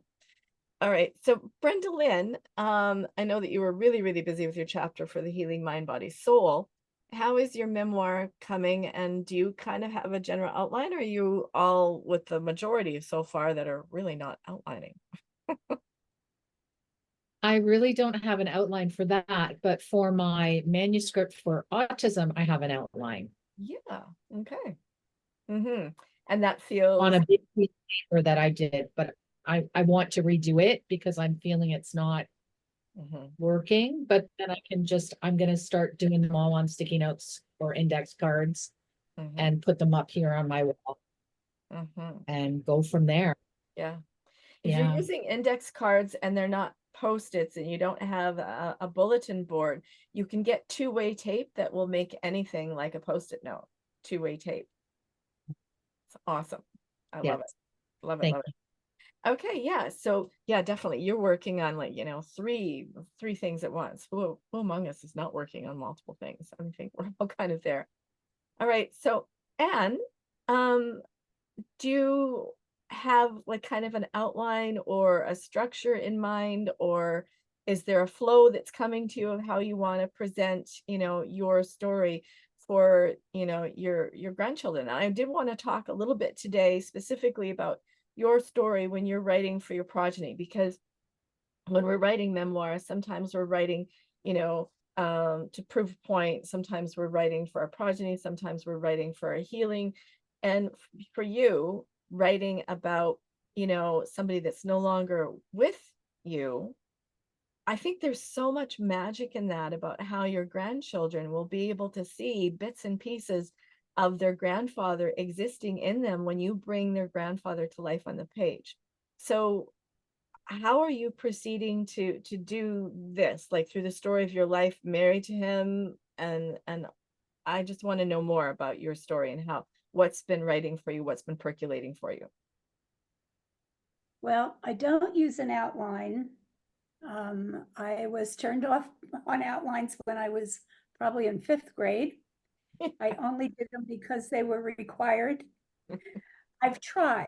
Over the years, I have tried to use outlines, and it always just looks blank to me, like there's nothing there. So, and I'm listening to you all and I'm making notes and you're bringing up other things that I haven't even considered putting in this. It started out strictly as something for them to see what kind of a man he was. Mhm. And it's kind of evolving into something a little bit bigger than what I had thought it would. I'm going along and I'm trying to be a little chronological with it. And I'm seeking some information from some other people that I think will be important to it. I just sit down and I follow my notes because I'll be making notes even when I'm driving in the car. If I'm stopped at a red light, I'm making a note because something popped into my mind. Mhm. So I'm just kind of sitting down and looking at all the notes of the day, writing maybe a half an hour, 45 minutes, going back to it at another time. It just kind of seems to be flowing. But now, after today's discussion, I'm thinking about some things that, because of how he handled situations, might be good to include, but I wouldn't be able to use some real names. Oh, interesting. Much of the family discreet when he was helping people in difficult situations. Mhm. And he and I would share it, but a lot of times he didn't even share some of it. Mhm. But also bring out the fact that he was always there for people, Wow. always, you know. So, but now my life is getting involved in it, which is, what's the word I'm looking for? Some of which I would not want my grandchildren to. So I may not include certain parts Mhm. of my life for their edition, Mhm. put it that way. Yeah, that you can do that. I have one author that he wanted a version for public and he wanted a version for family, and so we took some of the things out of the public that would be only for his family. He realized that his sons being born as far apart as what they were, and how drastically different his life was, with one son when he was living the high life and having movie actors and politicians in his home all the time, and the other son was born and raised and cognizant of what was happening in the family home around the time that he was being sued for libel and defamation and fraud and stuff that was, wrongful. But the other son grew up in that kind of stressful environment. So both sons had a different father. So he wanted those things in the family edition so that he could have that restitution and make amends with his sons. And so that his one son could see that money is not everything is cracked up to be, because that's the son that grew up with all the success, father. And the other son absolutely hates, the money aspect. And he wanted both sons to be able to get some healing from the fact that he's now happy and fulfilled, and that, being a millionaire requires that you have your spirituality, your spiritual pillar, your mental and emotional pillar, your financial pillar, and your physical pillar of health, right? Not you, because he just, for so many years he just chased the money and had nothing else. So through the different phases of your life with your husband, there will be different experiences or different things that impacted both of you for who you were and who you are. And I'm hearing you say that some parts of that of your part will not be going into this, because this focus for you, keeping the focus on who this man was for your grandsons. And I love what you're saying about he was there for other people and helping other people. You'll have to be discreet, but those are situations that you can easily mask and invent and tell the truth without naming the people. You can create the situations that create the flavor, the emotion, the intensity of what he did to help people in need, if I was hearing correctly. And that, And some of those people have passed away, yeah. but there's enough children and grandchildren that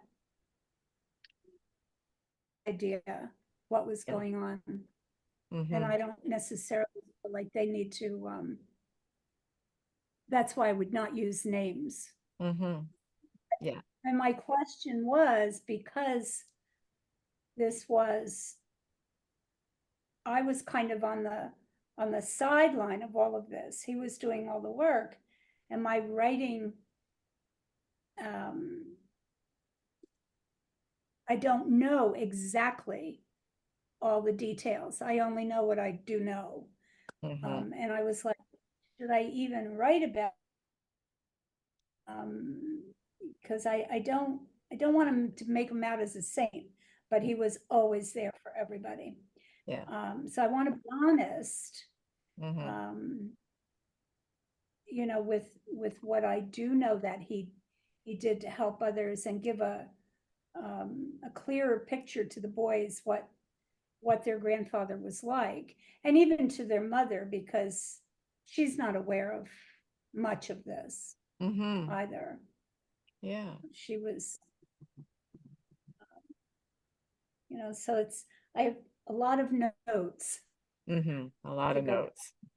Yeah, and as as you I'm get to writing. those pieces, you'll make sense of what needs to be on the page and what doesn't need to be on the page. And I have no fear at all that you'll be able to make him real and not a saint, because we all have frustrating moments, and you can share those in the bright light with honesty and authenticity of showing how you recovered from the not so bright moments, not so saintly moments.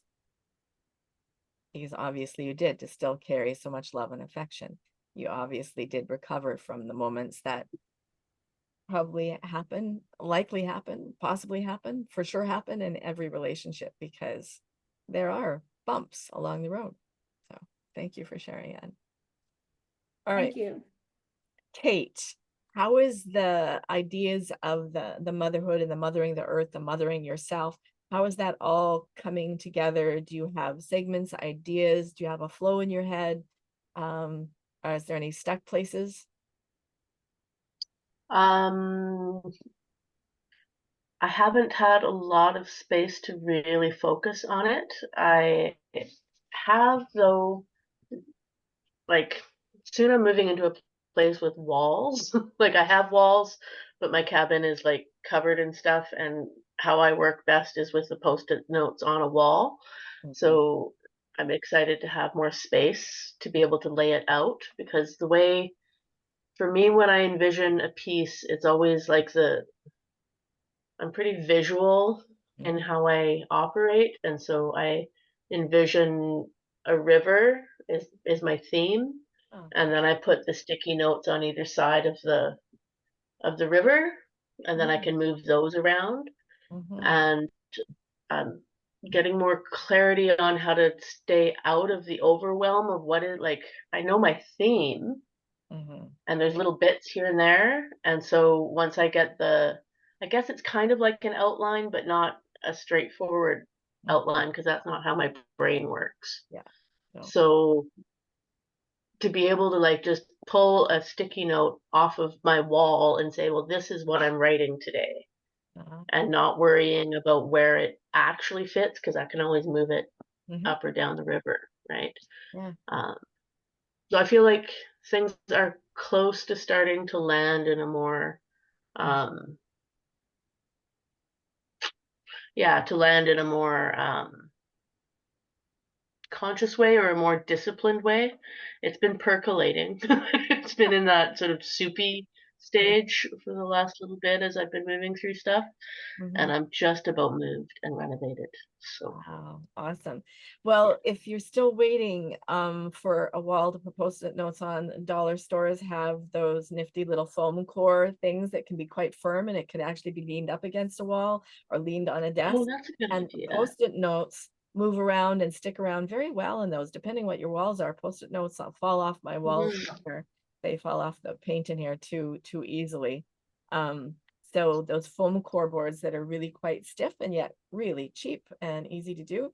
I have a bunch of post-it notes on one for me, and I can just lean it up somewhere and move things around really easily too.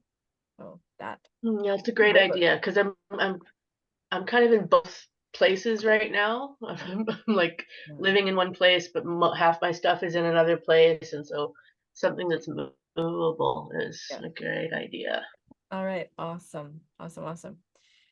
All right, so Marianne, because of the nonlinear fashion of this, I'm pretty sure that an outline is not any part of your thing, but I could be wrong. I could be wrong. What are your thoughts? And are you getting any ideas from this discussion to use for you? I'm getting so many ideas. I have scribbled so many notes the past hour and a half. Tons, shh, girls. I'm getting tons of ideas. I came to this morning with such trepidation because I'm like, I suck. I'm a loser. I haven't been writing. I can't focus.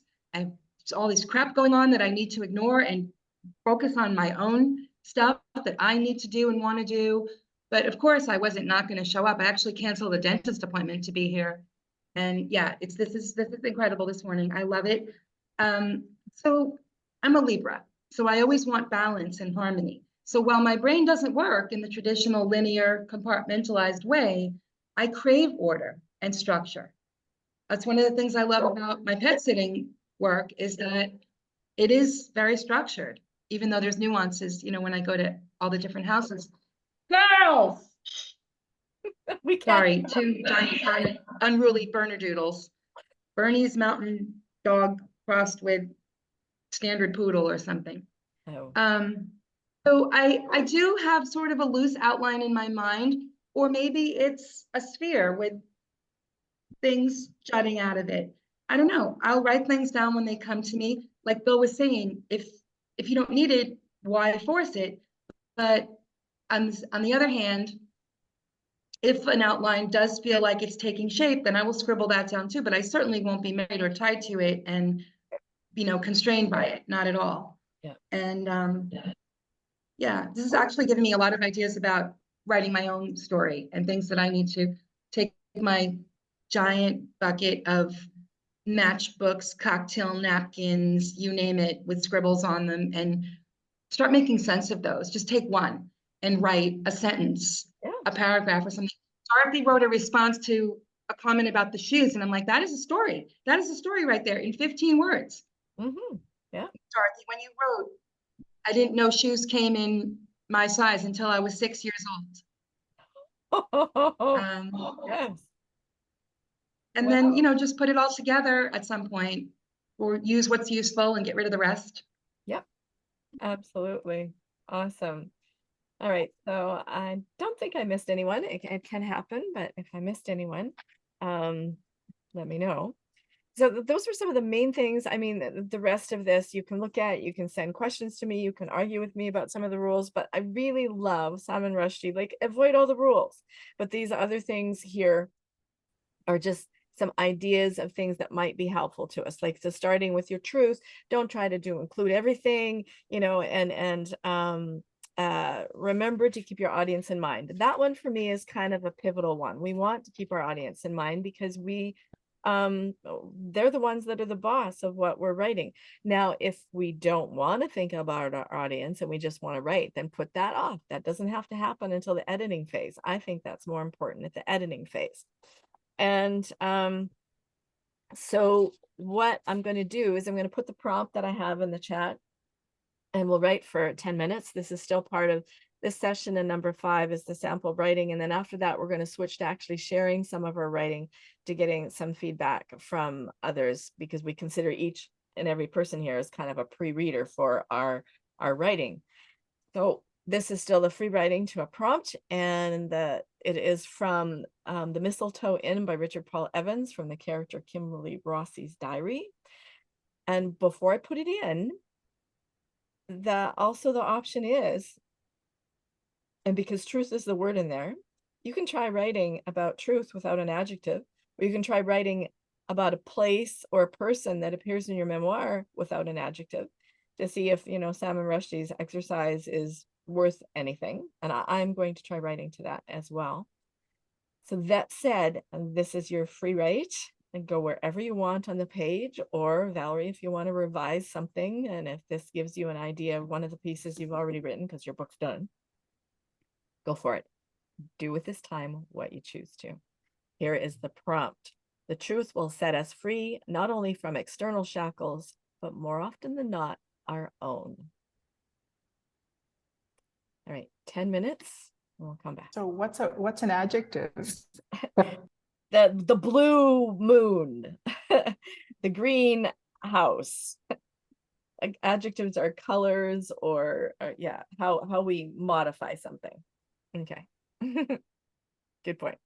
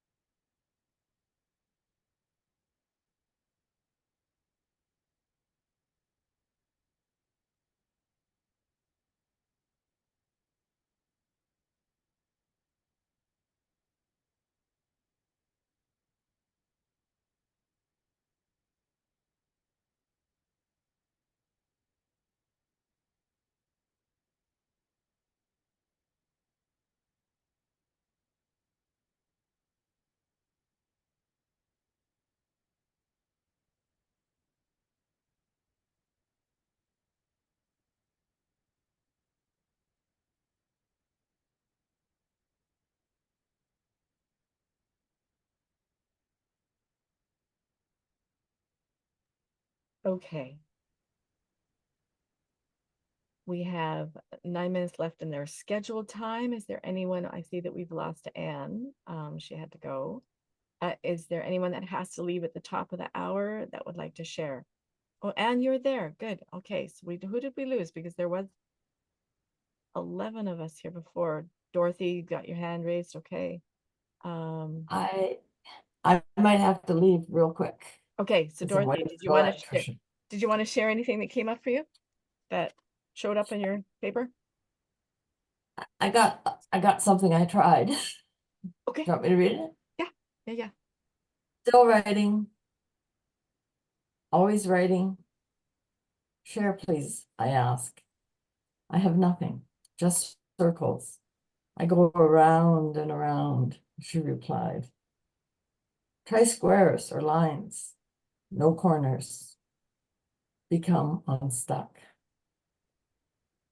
That is it. She replies, I understand. I am stuck. Okay. I like the no squares, no corners, the mystery of this advice, this person, the voice. All right. Thank you. Keep your comments really quick. Does anyone else have to leave at the top of the Did hour? it have adjectives? I don't think it did. The round and round might be. I mean, I really struggle with that too. And by the way, I'm going to confess, I don't like this exercise, writing without adjectives. I don't like it. No. Okay. Yeah, I didn't hear any really prominent adjectives. Anyone else? Okay, Barbara, go ahead. Yeah, I have to leave at 11. So Okay. I did try to do it without adjectives and it was a challenge. So here it is. I live in the truth, my truth, which I am constantly recalibrating when I obtain data from life. It's the only way for me to live, forcing me to plunge beneath the surface of my days.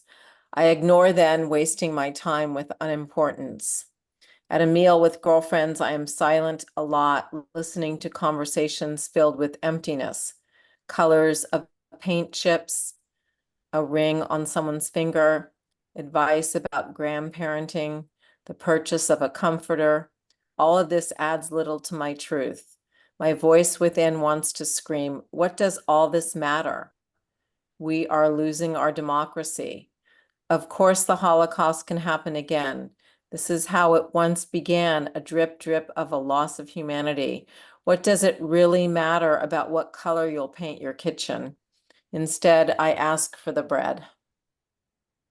Oh, wow. 10 minutes does you a lot. A lot. I absolutely adore that you can fit in the Holocaust into a conversation and the politics. This just drives home so much that the personal's political, the political's personal. Powerful 10-minute piece. Thank you. Thank you. Okay. Next, anyone? Bill? And then Virginia? Yeah, and as I reread it, there is at least one. Anyway, when I read this, I misinterpreted external. Hang on.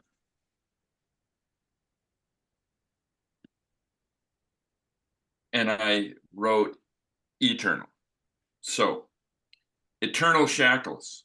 How often are the stories and handed down wisdom from our well-meaning parents completely, there's the first one, completely and misunderstood, and have shaped our lives in ways unintended, and in the discovery of those stories and wisdom being misinterpreted, left us struggling and grasping for life. That's all I Okay. did. Yep. Definitely got the verbs. I hate Bill? the exercise. I just want you to know. I don't like the So do I. exercise at all. So do It's I. crap. It's absolute crap. Okay, but that's it. I did it. Good. Okay. All right. Yeah. Good use of verbs in that one, and the concept that I think bears further inspection and introspection and further activity on, Bill.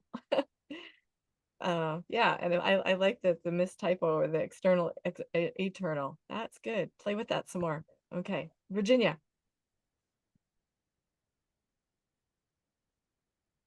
Okay. I don't think I succeeded because I just wrote, and now as I'm looking through it, I think like I won in some places, but I lost in others. Is it true? This was my discovery, referring back to how did he put that? You get to your internal shackles more than the exterior ones. True, this was my discovery when I went to the library to borrow books on alcoholism. I don't think I have any adjectives. My goal was to help my husband. Maybe pin him to the wall as the cause of my problems, or maybe what did occur instead was this. As I read, I was beginning to see myself as a key player. I don't win there because I described player in our drama. I would eventually learn the term enabler. However, when I learned the drama triangle, I was able to see I alternated between all three roles: provoker, victim, rescuer. My favorite was rescuer, as identifying with that role felt more prestigious or admirable. So how do you get away from that, right? Who wants to be seen as the bad guy or the underdog? Rescuer fosters a false sense of self-esteem, which I eventually named as pseudo-esteem. It isn't solid, centered, or grounded in love. The role of rescuer demands that others play the other roles: provoker or persecutor, and victim. Less glamorous by far, though they too have their merits. Reading those library books, I began to get the sense of this dysfunction going round and round in a tangled mess, and it goes on and on and on. There was a small brochure that ADAC gave out back in the 70s, The Merry-Go-Round of Alcoholism, which accentuated that Act 1 and 2 just circled around back to Act 1, and there was never any Act 3. All right, I have not heard about the merry-go-round done that way, and I've read a lot about merry-go-round of alcoholism. And I like that the adjectives snuck in. There were places where you did not do them, but it was a neat exercise to try just to prove that I knew what nouns and verbs were to myself. But yeah, so catching yourself in the act of throwing in adjectives. I think even though I hate it, I might force myself to try it some more because I want to explore what Salman Rushdie says about being forced to tell a story. And so I'll probably share my little 4 tiny little pages because I didn't even have my journal on my desk. I did just the little tiny little pages. I'll share them with Virginia when we're in the car later, and I'll let her be the judge if there's a story or not.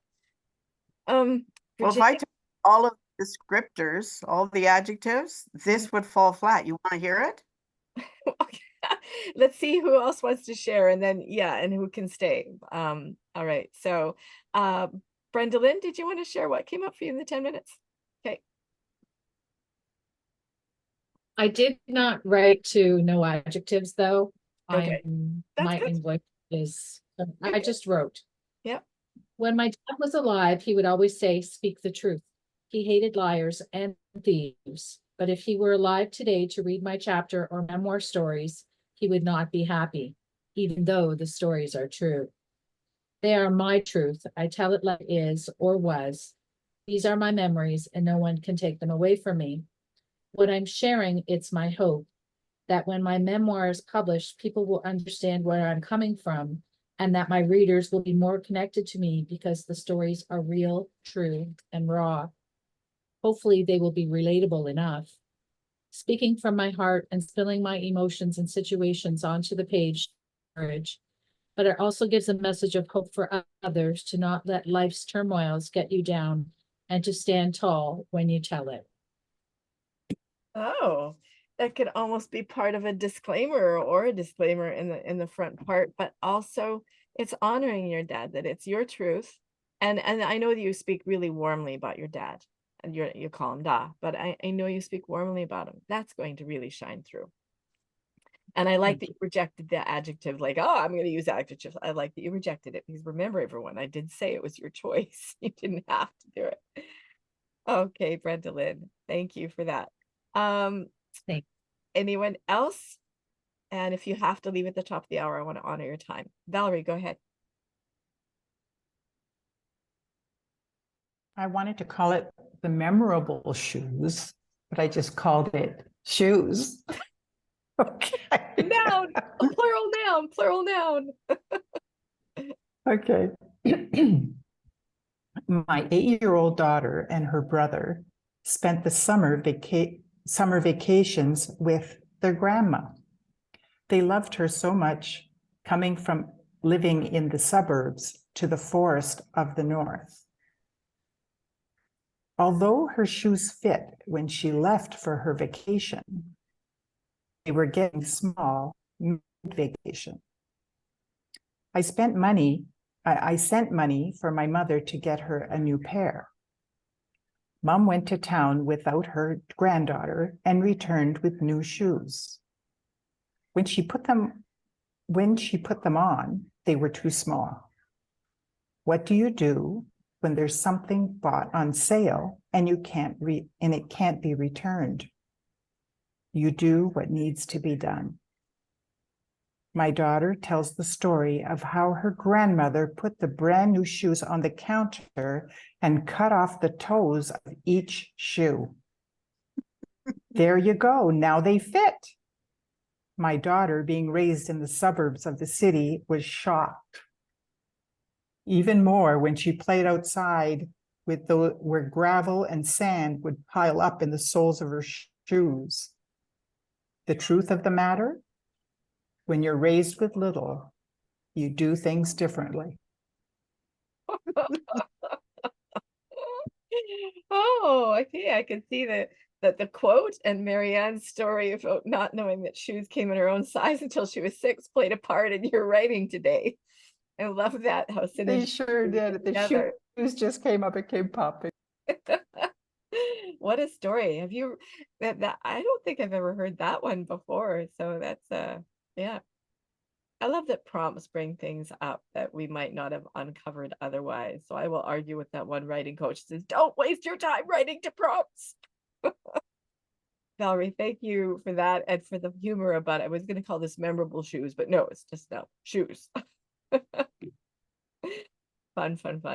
Okay, Anne or Marianne or Kate. Anne, go ahead. I tried to write with no description. I think I succeeded, but letting thoughts float around my head at 3 a.m. is the bane of my nighttime existence. I want to go to my journal and write them all down, but the desire for sleep overtakes the urge to get out of bed. I toss, I listen to a podcast, anything but write the words about the images that play in a loop. Night after night, I challenge myself to write those words that attach themselves to the images. The truth that is uncomfortable will eventually see the light of day in short paragraphs or perhaps in full descriptive mode when the courage surfaces. Oh, love that. I love the battle with the sleep, the night and the nighttime existence. Nighttime is a noun, but then in that way it becomes an adjective. Isn't it sneaky how they get in there? Yes. It is sneaky. It's really sneaky. But there's some depth to that's the piece that I would like to read or see again. So thank you for sharing. Marianne or Kate to wrap us up. Kate, go ahead, and then we'll go to Marianne and see if there's something there. Okay, I kept remembering and then forgetting about the invitation to not use adjectives. Okay. Truth steps across the room, thick keyring jangling with each step closer, closer, closer again. Silently I watch, knowing that the without first being invited to open their mouths did not end well for them. Truth looks at me briefly, though not directly in my eyes. Instead, Truth's gaze lands casual onto the space between my two eyes and slightly above. His gaze lands on that third spot, triangulating my perspective into dimensions long forgotten. Truth holds the power here. Out of this veritude. I don't even know if veritude is a word. Sergeant Truth, little Stevie Truth was his name when we went to grade school together, has outgrown his childhood nickname by leaps and bounds. Gone are the days when the bigger boys would tie him to the giant recycled tires in the playground, feigning ignorance when the teacher wondered why little Stevie had not come back from recess. This decades-old shame builds back up inside me, riding my spine from its base all the way up through my grieving lungs and up to my face, shades of pink and purple now. Each step truth makes a thunderclap of regretful decisions about to pay the piper. All right, strong, really strong. And I like how truth is a noun, but it is personified. Truth steps, truth, and then I forget the second one, but yeah, awesome. Love the way you write. Okay. Marianne, anything come onto the page for you? You're muted. Finding the unmute. Let's see if I ask you to unmute, does that work? Can you hear me now? Yes. Okay, great. Very challenge using the tablet. I have a brand new battery. I don't know why my battery has failed, but anyway, we're trying to plug in different places and stay connected. I did manage to scribble a little something. Okay. I'm reminded of a favorite quote by the phenomenal Maya Angelou. There is no agony like an untold story. I want to tell my stories. I want to tell other people's stories. What is truth? Is it a finite, certain thing, or simply a matter of perspective? Yeah, I love that. At the beginning, I want to tell my truth. I want to tell my story. I want to tell other people's stories. Rock on, all of you. Rock on. All right. Well, that is memoir session number 4. Number 5 and 6, dates that seem to be a majority. I'm looking at my calendar, are the 4th and the 18th. Although maybe the 4th and the 12th is kind of tied. But yeah, so the 12th doesn't work for Anne. I mean, it doesn't work for Valerie, but it works for Anne. And the 4th, I think it doesn't. It's 1, 2, 3, 4. 1, 2, 3, 4. Yeah, there's only 3 there. So it's the 4th so far. And the 18th has more there. 1, 2, 3, 4, 5, 6. 1, 2, 3, 4. So the 4th and the 18th are likely the dates, and I will get that on the calendar then, the 4th and the 18th. Thank you very much, everyone. And I so appreciate you all. I will be really delving into, in the next session, the idea of our memoir is an argument. I really latched onto that when I was doing some research about structure and mechanics and development. And I thought that approach might really help us nail down our theme and our inciting incidents and our our absolute amazing, hook attention grabber. If anyone has any specific questions, and yes, I will definitely be recording and sending out the link to people if they wanted to see anything again, for people that maybe had to leave here, and Fran for sure that had to miss today, and Holly missed today as well. So that's it. Thank you so very much. I'm going to be reaching out to each of you, looking at the chart so that I can pull the names together. And those of you who saw that Bill insisted that his name be Bill Hirschmeyer something or whatever, I'll put his name in once on the wheel with that name, but as compensation, I will put the rest of the times that his name appears as B-I-L. It will lose the second L. Okay.